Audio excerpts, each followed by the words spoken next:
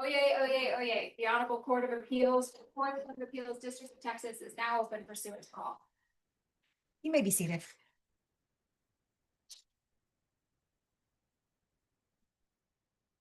Good morning and welcome to the Fourth Court. I'm calling 04-2500310 Francisco R. Canseco versus Aunt Bertha, a public benefit corporation. Announcements, please. Your Honor, good morning. This is Pete Kennedy. I'm here for appellant Francisco Canseco. Okay. Good morning, Brandon Fuqua on behalf of the appellee and Bertha, a public benefit corporation doing business as Findhelp. I'm going to refer to that as Findhelp. Yes. And we would refer to it as Findhelp as well, to be honest. All right, as you know, Mr. Kennedy, you'll have 20 minutes. Mr. Fuqua, you'll have 20 minutes, and then you'll have 10 additional minutes. Mr. Kennedy, you may proceed. May it please the court, I represent appellant Francisco Canseco. This is an appeal from the grant of a Rule 202 petition and denial of a TCPA motion to dismiss that petition. The underlying dispute involves an article that Representative Canseco wrote that involved the description of problems of security with children's health records. Appellee Findhelp claims that the article contained untrue information about it and defamed it. Importantly, in the Rule 202 petition and during the hearing, Findhelp has disclaimed any intent to sue Representative Canseco, but claims that it is investigating potential claims against third parties whose identity it claims to not know. The case raises a number of issues. I can address any of them through questions, but I plan to spend most of my time addressing two of the issues. One is Findhelp's failure to meet its burden of proof under Rule 202, and the other, the question about whether a TCPA motion can be filed to challenge a Rule 202 petition when the Rule 202 petition involves or arises from or relates to the exercise of constitutional rights as defined within the TCPA. Quickly, though, there are some procedural issues I want to address. I think I can do that pretty promptly. The first is Findhelp argues that this court lacks appellate jurisdiction to review the order granting the Rule 202 petition. That's wrong, Your Honor. The Supreme Court in the In re Jordan case and this court in the Mora case explained that when a Rule 202 petition is filed against someone that is not an anticipated defendant, such as Representative Canseco, then he has the right to take an appeal from the grant of that Rule 202 petition because as to him, there'll be no further proceedings. When a Rule 202 order is granted as against someone who is a potential or an anticipated defendant, then the court has said, well, there's no appellate jurisdiction there because that person can raise the issue when and if they get sued. For them, the route for review is mandamus. But here, there's no question the court has appellate jurisdiction because of the representations that Findhelp said that they're not going to sue Representative Canseco. What about the footnote in their response to the motion to dismiss wherein they say they have a prima facie case against him? Is that enough? No, Your Honor, because of whether they do or don't have a prima facie case against him, they have represented and did represent to the district court that they have no intent to sue him. They said it under oath in the petition. Mr. Fuqua actually said at the hearing that before they filed the Rule 202 petition, he had called Representative Canseco, said, I don't plan to sue you. And then at the hearing again, Findhelp's counsel reassured the court that they are claiming no wrongdoing by Mr. Canseco, and the discovery that they sought was, quote, not going to result in a lawsuit against him. Those are the kind of representations that the party can't take away in the Court of Appeals to try to divest the Court of Appeals of jurisdiction. Mhm.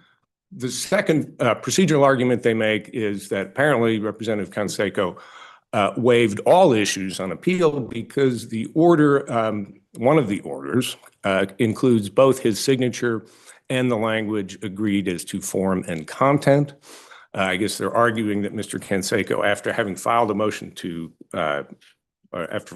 quash, after having filed a TCPA motion, after having appeared at the hearing to contest the Rule 202 petition, somehow just gave up and agreed to the relief against him. If you look at there are two orders entered for some reason. The first order doesn't have a signature at all. The second order has the language approved as to form and substance, but it's above counsel for Findhelp's signature, not above Representative Canseco's signature. The difference between the two orders is the second order recognizes the parties' agreement to vacate an even earlier order, where the Rule 202 petition had been granted without a hearing, and the parties agreed that was a mistake. That's the difference between the two orders. If you're going to read anything into the language approved as to form and substance, it reflects Representative Canseco's agreement to vacating that order.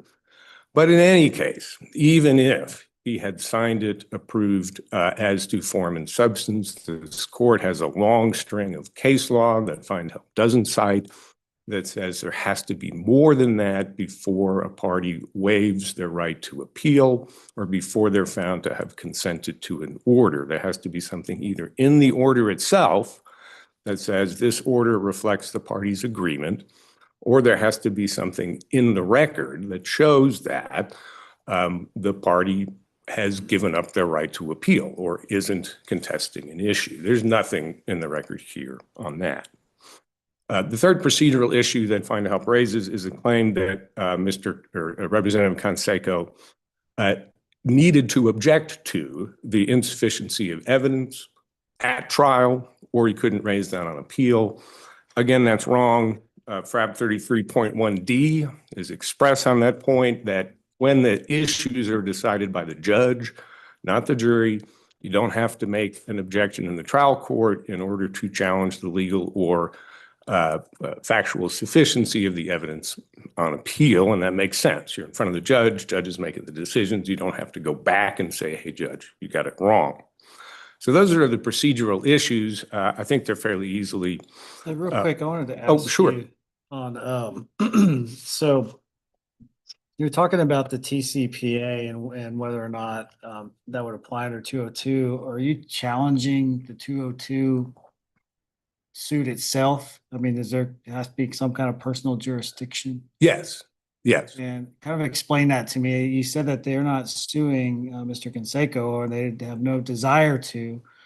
And these third parties, nobody knows who they are, or do they? Well, the petitioner, Findhelp, says they don't know who they are.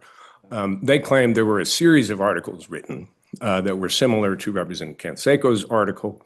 Apparently, they're aware of who wrote those, but they had said they don't think they have jurisdiction over them in Texas to file a Rule 202 petition.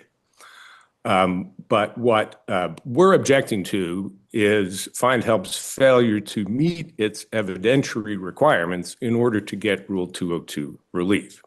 So this is, of course, a separate legal matter. There is no underlying libel lawsuit yet.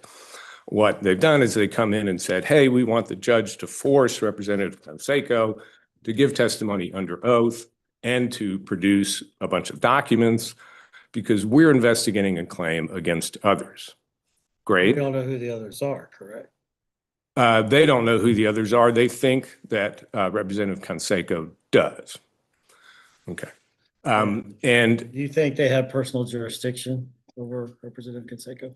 they do, but that's insufficient. It's enough to get jurisdiction over him. But what the Supreme Court has said with regard to Rule 202 petitions is it has to be filed in a proper court. Okay. And because Rule 202.2b says you have to file it in a proper court. And in this In re Doe or Trooper case, The Supreme Court looked at that language of the rule and said proper court means two things. It means a court that has subject matter jurisdiction and a court that has personal jurisdiction over a potential defendant. And we don't know who that is, right? Right. Right. Because they haven't identified who it is. And the Supreme Court recognized that potential dilemma in Trooper, because that's the same facts that they had in Trooper, is the allegation was Trooper had written a blog that defamed the petitioner. The petitioner went to Google and said, I don't know who this person is. I want to sue them. You have account records that would lead me to who this person is. So Let me ask you this. If Trooper applies, do we even need to get to TCPA? you do, Your Honor, yes.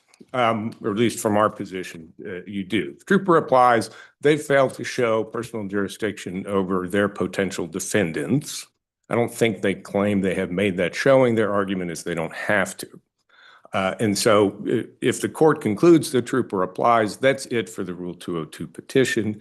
The order granting that should be vacated. Okay. On the, So why do we have to then address the TCPA? because we have a claim, honestly, we have a claim for attorney's fees, which you're entitled to recover when you are faced with a lawsuit that doesn't meet the standards required under the TCPA. So if we found that under the TCPA, that your motion to dismiss would have been valid, then we would remand for attorney's fees? Correct. Okay. Correct. Let me ask you this. If 202 is just a discovery tool, correct? Right. How could you have a defense, a legal defense, if we're just trying to get discovery through petition? In other words, it's not a lawsuit, correct? Well, I mean, that's actually the crux of the question under the TCPA is what do you call it, right? And our position, which we think is correct, there's a split in authority on it, is the TCPA says you can file a motion to dismiss whenever there's a legal action that is based on or arises from the constitutional rights, here the right to free speech. And then the question then is a Rule 202 petition a legal action under the TCPA? And the TCPA defines legal action to be a petition or any other legal proceeding that seeks legal, declaratory, or equitable relief. And that still applies even if we don't have a target defendant? I mean, they're saying that Canseco is not a defendant. Right, it applies because he is the respondent in the Rule 202 petition. He's the one who was named, he's the one who was served, he's the one that Findhelp seeks relief against. But they specifically say they don't anticipate a claim against him. And Right. I almost think there's a trap door here, because if you are successfully argue that there's a legal action under Rule 202, aren't you, in order to get the TCPA relief, aren't you saying then that there was an appropriate 202? Because and that comes based upon if we make the distinction that you're asking for, the distinction between in Rule 202, whether there's a legal action, in my mind, falls on whether there is an alleged claim against an alleged defendant. And if there is, there's a legal action. But if you win that argument, aren't you going to lose under 202? I don't think so, Your Honor. And here's the distinction, and this is the distinction that the Maxwell case, which is currently pending in front of the Supreme Court, I think gets wrong. Is it's taking a too narrow view of what legal relief is. Okay, so Well, it says legal action. right, it says a legal action, which it then defines, and it defines as a petition is a legal action, and that's what this is. This is a Rule 202 petition. So the plain language of the two mesh, right, is that you can file a TCPA motion against a petition if it's based on or arises out of the exercise of constitutional rights. So I actually think on the plain language, we're done. But you then look at the or any other language, and any other language says a legal proceeding that seeks, among other things, equitable relief. And so our argument is that's what the Rule 202 petition does. It just seeks seems to me that equitable relief. if they are saying throughout the evidence that they have no claim against Representative Canseco. Right. And then you're challenging under the TCPA, wouldn't that kind of get us back to the jurisdictional issue that maybe he is a potential defendant and then we don't have jurisdiction? I'm just trying to I decide. don't think so, Your Honor, because, I mean, he is subject to the jurisdiction of the court if they met their Rule 202 burden. He would have to comply with the order because he's here in Texas and he's subject to it, right? He'd have to do it. We're not contesting personal jurisdiction over him, right? He's here. But we are contesting that they have met the burden necessary for Representative Canseco to be subject to a court order, which if he doesn't obey, puts him in penalty of contempt. But it's not seeking any relief based upon his actions. Well, Your Honor, that's the crux of the question. And the issue is the type of relief they're seeking. And it's not just money, right, which is legal relief. It's not just declaratory relief, which is declaring rights, right? It's equitable relief. And equitable relief is orders for someone to do something or not do something. Yeah, but isn't TCPA to really protect an abridgment of his constitutional rights in this situation? It is. And they're not seeking to limit his constitutional rights. They're seeking for some discovery. Well, I mean, I disagree. I mean, this does impose a burden on people who speak, right? I mean, he wrote an article, he published an article, and now he has to face a legal proceeding which he has to defend, and which if he doesn't defend, he has to answer to the power of the court to do what the court is telling him to do because Findhelp asked for that. And again, that's where I think Maxwell gets it wrong, because what Maxwell says is the reason it's not a petition under the TCPA because it doesn't change the legal relationship between the parties, but it very much does. After this order was entered, Representative Canseco has to do what the court is telling it to do. It's what's known as a mandatory injunction, or what used to be called a bill of discovery. And the bill of discovery is an equitable proceeding that came out of the old equity courts. But you got to obey it. And so the legal position between the parties has changed dramatically. Before, when Representative Canseco could or could not cooperate, he could answer the phone, he could answer questions if he wanted to. Now he's compelled by the court, answer questions under oath, which is if he doesn't do, he could be held in contempt. And of course, if he answers untruthfully under oath, he's now subject to potential, criminal or civil claims. The legal relationship has changed dramatically between the parties. So you're saying because he's under a court order at this point, it doesn't matter if there's a potential lawsuit, he's compelled to speak or could incriminate himself in some way or? It shows what has happened is there's been a grant of equitable relief against him. And that fits the definition of the type of legal action that's subject to the TCPA. But if we rule that the 202 is improper and never should have been brought, aren't we therefore then saying that he was really never subject to a quote legal action because it was not appropriate? Well, he wasn't. And then the question would become, are you entitled to attorney's fees as a result of an improper 202? You're using TCPA to come around the back door, aren't you? Well, but that's, in some sense, that's always the case, right? If you get sued for libel. But in a normal case in which the court is determining whether there's an appropriate 202 and you don't have a TCPA option, is there a right to attorney's fees? No. And that's true in a libel case as well. Right. So if we find under 202 that it is not an appropriate 202 and it should have been dismissed, how can that possibly be an illegal action? In the same way that if this had been a libel suit that was filed directly against Representative Canseco and he had filed a TCPA motion, right? And the court said, yeah, you're right. This is not a good libel suit. You didn't meet the burden that you needed to meet to show that you have a good libel suit. We're going to dismiss it, and then we're going to grant the But that would TCPA have been a relief. 202 that actually named a potential defendant being him. And that's the distinction I'm falling to and that I'm trying to pose to you, Right. that there's a difference between a Rule 202 motion, Rule 2 petition that names Canseco as a defendant and a potential claimant wants to just do discovery to make sure they have a reasonable basis to file a lawsuit. And a 202, as in here, where he's not a defendant and there's no claim alleged against him, that's a different 202.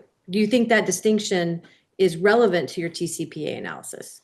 I don't think it is, because what you have to do is you have to look at the definition in the TCPA of the types of actions that are subject to TCPA motions, right? And it doesn't distinguish between whether you are a defendant. Well, he's the respondent. He's not a defendant, but he is a respondent in an action. And what the TCPA says, well, look at the action against which the motion is being filed. And does it seek, well, one, is it a petition?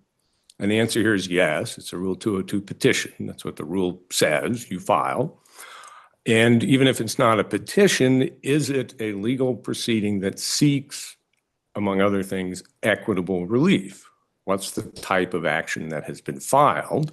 Not just a damage issue, not just damages. What's the equitable relief here? I guess just his testimony? Yeah, the order that you have to give testimony and the order that says you have to produce documents. And that, again, is, the historic piece of it's interesting. Chief Justice Heck talks about it in Trooper. But this Rule 202 proceeding has its roots in equity. In the equity courts, back we learned in first year, law school, that in a law court, you couldn't take the deposition of the opposing party. It was one of the weird rules in law courts. You couldn't do it. So the chancellor over on the equity side allowed for a procedure called a bill of discovery. And you could go over to the equity court and say, Chancellor, please give me a bill of discovery against this party I have a lawsuit with in the law courts. That's the history of Rule 202, is that the bill of discovery, it's been recognized as a mandatory injunction, which is also equitable relief. And of course, in the rules notes itself, it talks about it being subject to the rules of equity. So I'm way past my time. So Thank you, sir. got any more questions? I'll save the rest for rebuttal.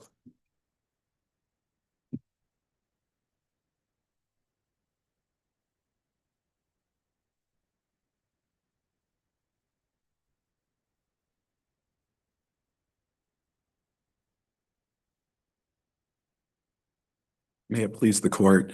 This morning, I'll present argument as to why the trial court properly granted a Rule 202 order allowing Findhelp a short deposition of Mr. Canseco. In so doing, the trial court also properly denied Mr. Canseco's motion to dismiss pursuant to the TCPA. This is based on statutory interpretation and review of precedent. And that's going to support four conclusions that I'll address today. First, the TCPA does not apply to Rule 202 petitions. Second, where suit is not anticipated, as appellant just belabored at some length, the only jurisdictional analysis at issue for the court is solely focused on the deponent witness, here Mr. Canseco.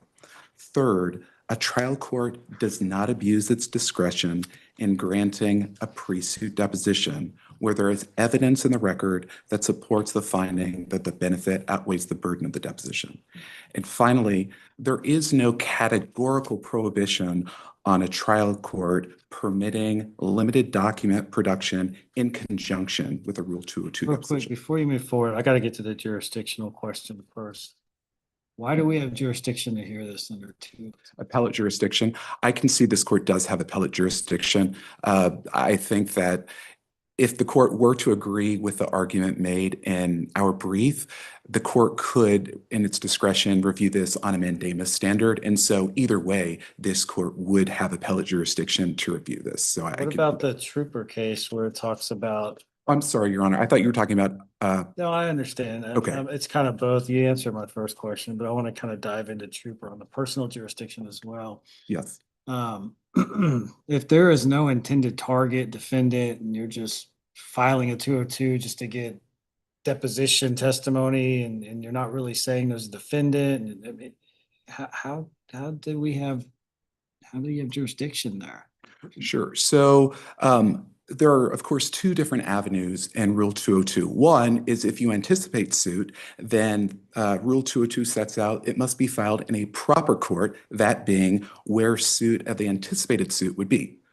But second, But when- there is no Anticipate. anticipated suit. exactly, that's the case So here. you're going into the second one. Exactly. Because suit is not anticipated, the only requirement under Rule 202.2B2, sorry, Rule 202.2B2 is where the witness resides. That's the only statutory requirement. In fact, So it's not interlocutory at that point because there's No, no sir. intended defendant. So you're Correct. conceding there's no intended defendant. that is correct. This court has appellate jurisdiction to hear this. That's However, all I was getting. thank you, Your Honor. You Uh, can- And so with respect to the TCPA, the court's well aware that the TCPA provides for the dismissal of certain, quote, legal actions. And this whole issue turns on statutory interpretation. What does legal action mean for purposes of the TCPA?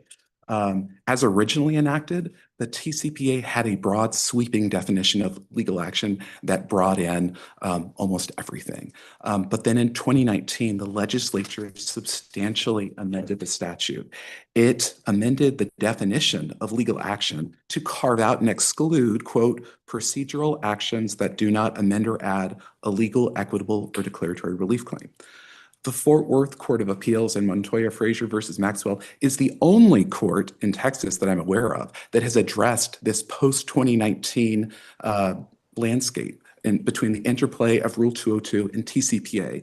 In that decision, an en banc court comprehensively analyzed this issue and overruled its own prior precedent and concluded that Rule 202 petitions are not legal actions because the post-2019 definition included that carve-out.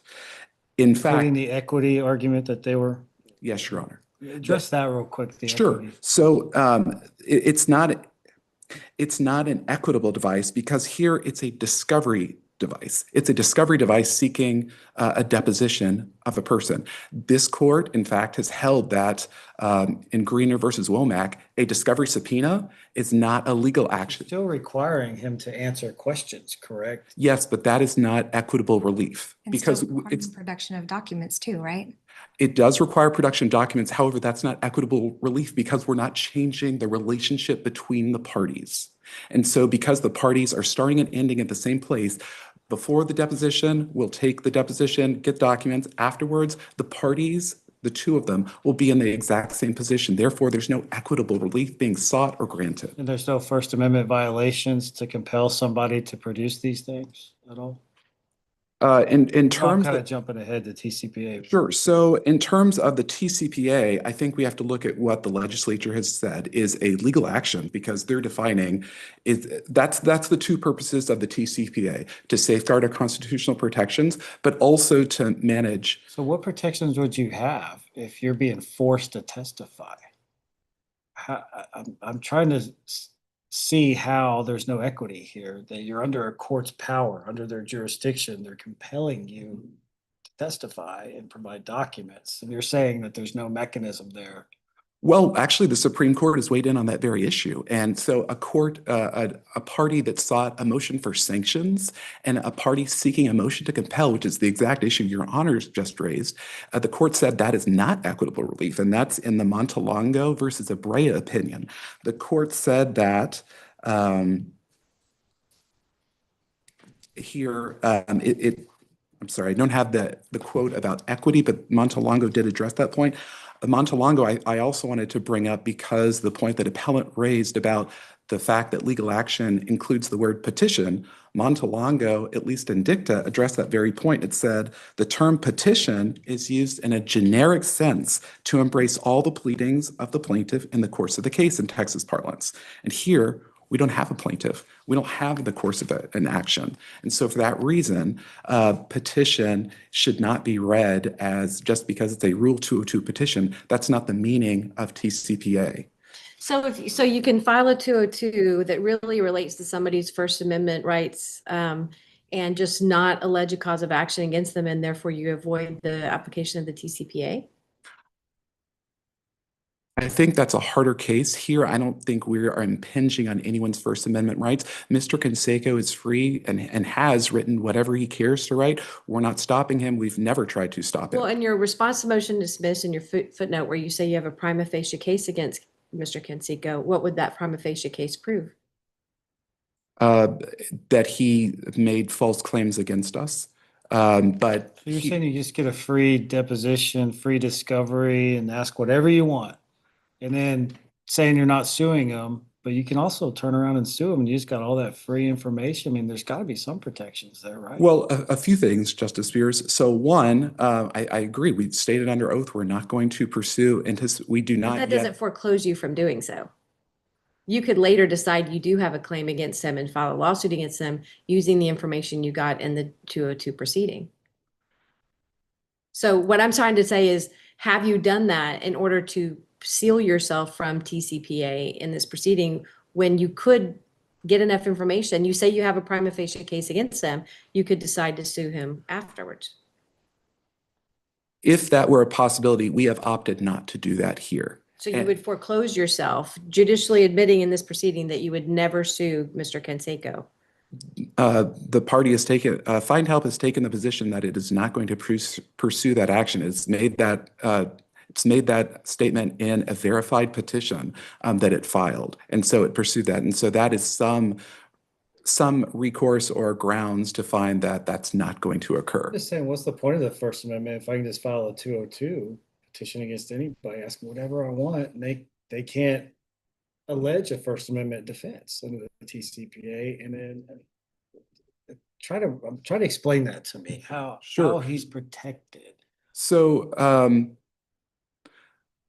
here, I don't think we're on true First Amendment grounds. We're not really interested in Mr. Canseco's opinions or what he stated. We're trying to understand, did he write the article? Did he actually make the statements? I don't think the First Amendment protects you from simply getting handed a piece of paper and passing that on to someone else.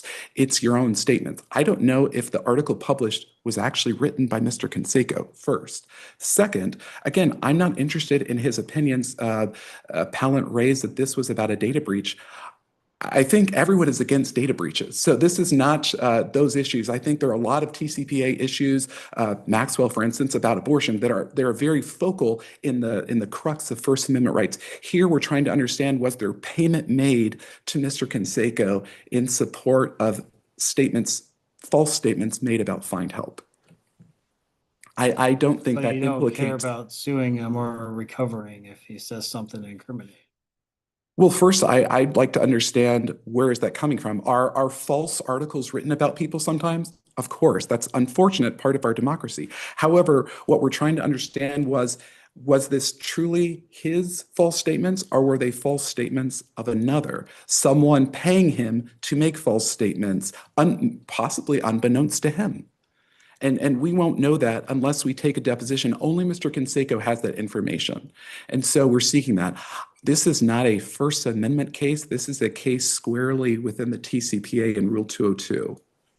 So are you limited to the breadth of discovery as to any potential claim against him? Or are you saying it's the breadth of any potential claim against any potential defendant? I guess that's the whole purpose of Rule 202. We don't understand the landscape yet. And so what Findhelp is doing. That's why I'm wondering why this isn't a true, in every sense of the word, fishing expedition. Because if you say the breadth of discovery is discovering any potential claim against any potential defendant, what limit is there? That's exactly what Rule 202 has, that you want to consider the benefit of the deposition over the burden. Here, we're talking about a 3-hour limited deposition where the trial court looked at the document requests, and the document requests were not onerous. They were 4 categories of documents that we discussed in the trial court hearing in the record to discuss what is the relevance of these 4 categories in furtherance of the deposition, so that potentially we could have a shorter deposition so that we didn't have to belabor certain points. If documents were produced, we don't have to ask about But them. his only protection is a weight allowance. That's it. And you can't file anything. You said earlier, I guess you can file a motion for sanctions. Is that the only thing you can file? I mean, what can Well- you file to untie his hands from his back? I mean, you're asking him all these questions saying you're not going to sue him, but you're Without any limitation on breadth. Well, I think that there are certain protections. So one, when we're talking about motions to compel, motions for sanctions, that's in the context of the Supreme Court saying not every filing is going to encompass the TCPA. And we're not going to encounter that. And it's okay for certain filings to be made. Those aren't necessarily going to be petitions that are going to be covered where they could. Not even talking about TCP anymore. I'm talking about 202 and what the appropriate use of 202 is and the appropriate breadth of discovery as a result of a 202 petition. And what I'm concerned about here is by not alleging a claim against Mr. Canseco and by having your 202 be seeking to investigate any potential claim against any potential defendant, is that really what 202 is for? Or is that a fishing expedition, which was the Supreme Court would say, no, that's not what 202 is for? So, Justice Bursett, I think that the limiting factor is one, the benefit over the burden analysis, but also case law that states that Rule 202s are not routine or commonplace. And so here we've gone through quite a few hoops just to take a deposition, one deposition. And so They're not commonplace for a reason. And we don't want them to become commonplace, right? That's right. So that's what I'm trying to figure out. Why is this an appropriate use of 202? Because we're investigating potential claims. A article was published about Findhelp containing false statements. Why was that? We're trying to understand as a business what's going on here. This is not going out into the ether and trying to fish and find anything and everything.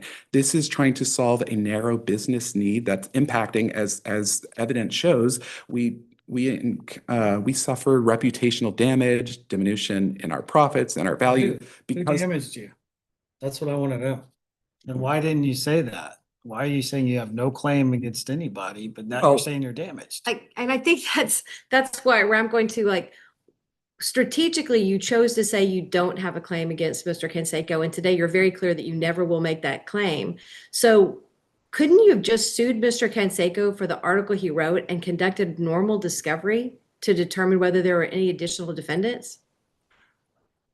Your Honor, it's a possibility, but just because we could have done that doesn't mean that that was the right choice. We, again, don't. Well, 202 is for a very limited, it's not supposed to be a commonplace thing. And really, people use it generally to make sure that before they file a lawsuit, they have a reasonable basis to do so and aren't going to get sanctioned for filing a baseless lawsuit, right? That is one mechanism. And you could have sued Mr. Canseco under the prima facie case you say you have and conducted normal discovery, but instead you're asking us to broaden the application of 202 so that you can truly do a fishing expedition to see if there's any third party out there that you might have a potential claim that you haven't identified. And real quick, and I want you to answer that question, but also reconcile it with Trooper Yes, Your and Honor. what it's explicitly is saying about 202 discovery. Yes, Your Honor. So for Rule 202, I don't think that it is expansive. I think that that's the reason that the hearing here is required so that the trial court really does get to review the evidence. See, and the trial court asked directly, what are you going to ask the deponent? What are the questions? This was not, okay, see what you can find. There's no limit placed on the deposition, is there? In terms of the scope of what Court questions, you're correct. The trial court does not, of course, limit what questions I can ask, but the trial court did ask that during the hearing, what kinds of questions you're asked, for what purpose are you doing that? I think that's the exact purpose that Rule 202, at least as enacted, was intended for purposes of investigating potential claims, where you don't know enough. Hopefully this would result in no litigation being filed. And I think that's really a goal of Rule 202, is to prevent kind of multitudinous litigation from being filed. Justice Valenzuela, to your point about In re Trooper, I think that that case is distinguishable because it involves that case and the eBay versus Mary Kay cases cited by appellant. In both cases, suit was anticipated. And so in those cases, under 202.2b1, because suit's anticipated, a proper court is where the anticipated venue would be. Here we don't have that. And I want to point you actually to Chief Justice Frost's concurrence in the Houston ISD versus Durrell opinion. He wrote, quote, "If a Rule 202 petitioner does not yet anticipate filing a suit, then an anticipated suit does not exist. So it would not be possible to determine whether a court would have jurisdiction over it." This was written 4 years after Trooper. He said, simply stated, when no suit is yet anticipated, the Rule 202 petitioner may seek Rule 202 relief in any district court in a county in which the witness resides. Here, that's Bexar County. That's where we filed. So Trooper does control when suit is anticipated. There needs to be personal and subject matter jurisdiction over the potential defendants. Here, we don't have potential defendants because we don't have a suit. That would be an exercise in futility, which I think is the purpose of appellant's argument. In re Trooper is not applicable here or helpful to our analysis because it deals specifically with cases in which suit is anticipated. Because it's not here, then we won't follow through the trap door. So you can just say it's not anticipated, just have open discovery over everything you want. I mean, doesn't there have to be some kind of a target, some potential defendant that the court would have to have subject matter jurisdiction over? And I think that's where I'm going. You do have a potential defendant. You've chosen not to assert claims against that potential defendant to broaden your discovery in a 202 proceeding.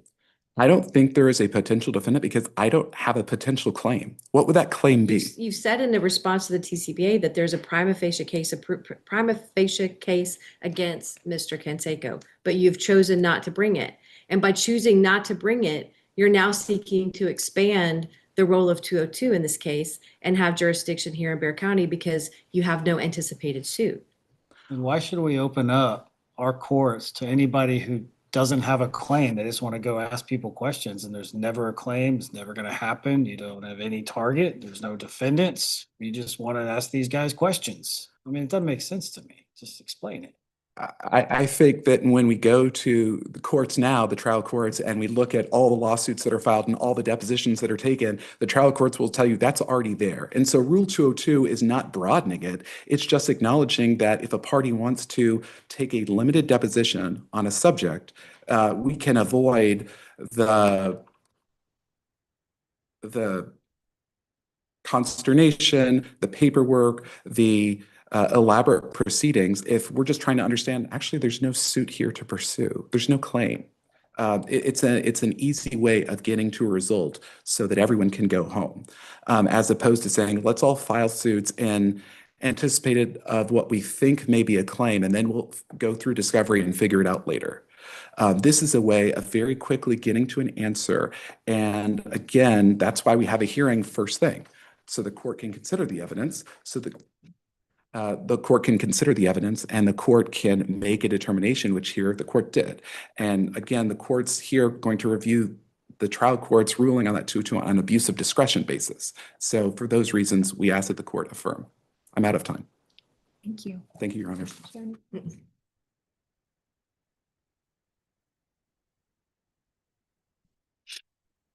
This is exactly what the Supreme Court was worried about in Trooper, where Chief Justice Heck wrote that Texas is not the inspector general of the world. Rule 202 doesn't exist so that companies can just force people to give sworn testimony and produce documents so they can fish around to see if they have a claim against some person. There's nothing in Trooper that distinguishes between whether the Rule 202 petition claims an anticipated suit or there's investigating the suit. There's multiple reasons why it wouldn't make that distinction. The first one is in the language of Rule 202.2 itself, because what Rule 202.2 does is it lists the things that a petition must do to satisfy it, and 202B says it must be filed in a proper court of any county. First thing it's got to be in a proper court. And then below that, it distinguishes between where a suit is anticipated and when there's just an investigation, and it distinguishes venue for those. So venue, if suit's anticipated, needs to be filed where the suit's going to be filed. If no suit's anticipated, then it's filed where the witness resides. Both of those have to be a proper court. Proper court is a different issue than venue. And what Chief Justice Hecht said in Trooper, a proper court is one that has subject matter jurisdiction. First thing he said, subject matter jurisdiction, meaning you can't investigate, say, a patent claim under Rule 202 because you can't file patent claims in state court. Rule 202 isn't there to help people discover information about their patent cases. Subject matter jurisdiction. How Also, do we even know subject matter jurisdiction exists if there's no defendant? well, you do have to identify the nature of the claim you're investigating. Rule 202 requires that. That's a fictitious defendant that we don't know Yeah. exists. Right, but they've identified it as a libel claim, so yeah, the district court would have subject matter jurisdiction, but that's not enough. It's got to have personal jurisdiction. Because again, Rule 202 isn't here to let people investigate lawsuits that get filed in New York. Two reasons. One It's is enough that it's personal jurisdiction over Mr. Canseco, because Right. he's not an anticipated when defendant. he's not an anticipated And so if defendant. there's no named potential defendant, how would you ever establish personal jurisdiction? You may not be able to, and it's exactly what it says in If Trooper. we can't establish personal jurisdiction, you still think TCPA applies? Yes, because it may be even more so, Your Honor, because it makes even more clear that this was a failed legal action. It was a legal action that Representative Canseco had to defend, had to show up in court, had to spend money to deal with, simply because he wrote an article that got published online. Now he's got to show up and defend a Rule 202 petition where he's named as the respondent. He's got to incur time, cost, and effort. And if Pelley suggested a motion for sanctions is more appropriate, what do you say about that? It might be in certain cases. If this was not a claim that related to Representative Canseco's exercise of his constitutional rights, that might be the Well, only that's the remedy. difference. You're saying that he needs protections. Exactly. And Do you that's, agree that Montoya Frazier would control our determination? no. And there's two things. I'll address that. First, the argument is that the 2019 amendment somehow excluded Rule 202 from actions that fall within the TCPA. There's at least two reasons why that's incorrect. The first is in 2019, there was a House bill that expressly would have excluded Rule 202 petitions. It failed. The second reason is if you look at the language, and Counsel for Findhelp left out some key words. If you look at the language of that amendment, it's a carve out and it says certain things are not legal actions because the concern then was there were TCPA motions being filed in the middle of lawsuits. There's already a lawsuit going on. Somebody moves for sanctions, moves for discovery, seeks sanctions, and the other side says, hey, this is my right to petition that you're challenging. I'm going to file a TCPA motion against your motion for sanctions. Nobody liked those, but there were some courts that had held, well, under the strict interpretation of the language, it would apply. And so the 2019 amendment said, stop filing TCPA motions in the middle of existing lawsuits. And the language of the exception says, these are things that don't count, a procedural action taken or a motion made in an action that does not amend or add a claim for legal, equitable, or declaratory relief. So what it's carving out are TCPA motions that are filed, quote, in an action. So stop filing these TCPA motions against motions for sanctions. Montalongo didn't talk about that No, I'm at talking about all. Montoya Frazier that's currently in front of the Supreme Oh, Court. I'm sorry. Yeah, Montoya Frazier. Yeah, that's their interpretation. They think the 2019 amendment applies and carves it out. We believe they're wrong, and that they're But what you're missing. saying is, it's currently pending in front of the Supreme Court on that issue. Are we going to be bound by the Supreme Court's determination in Montoya Frazier?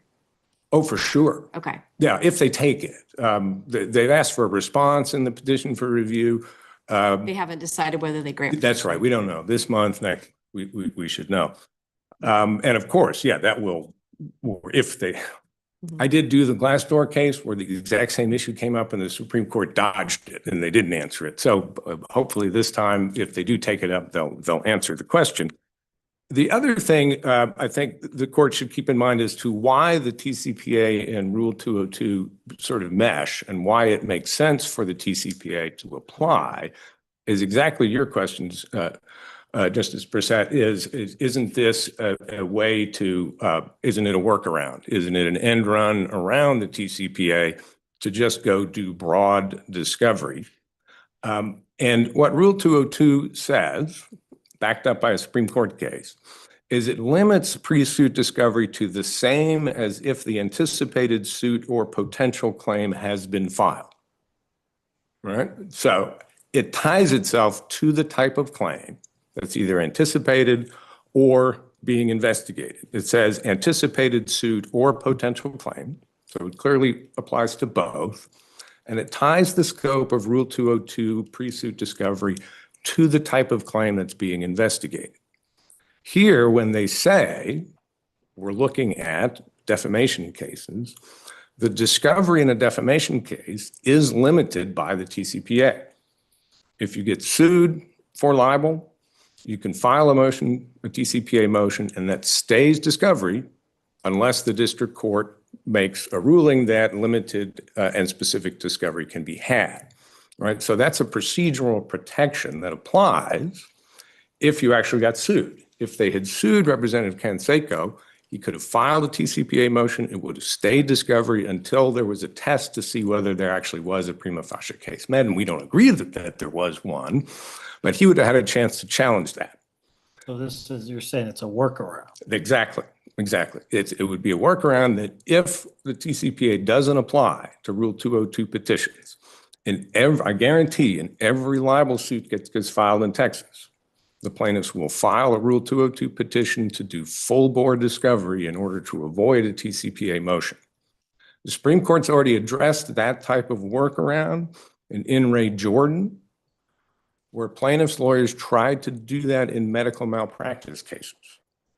And as the court knows, in med mal cases, a plaintiff is not entitled to take discovery until the plaintiff has proffered a sufficient affidavit by a medical expert saying that there was malpractice, right? It's part of the tort reform, requires a showing of an affidavit. That's the gateway to discovery in medical malpractice cases.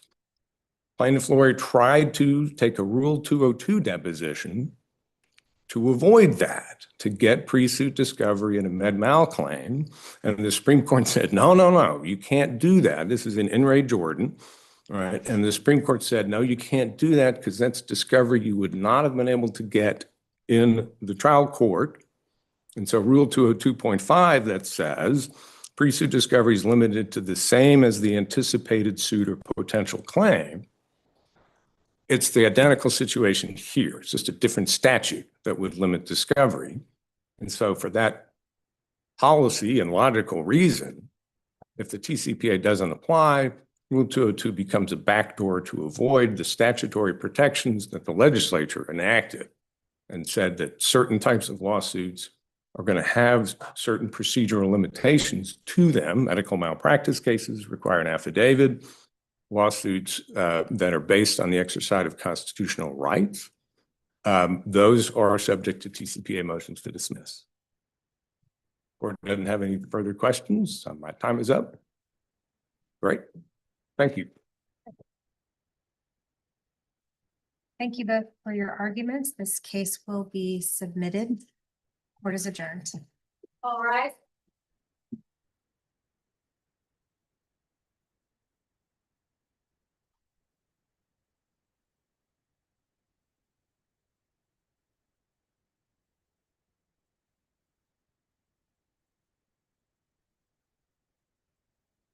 Good job. Nice meeting you.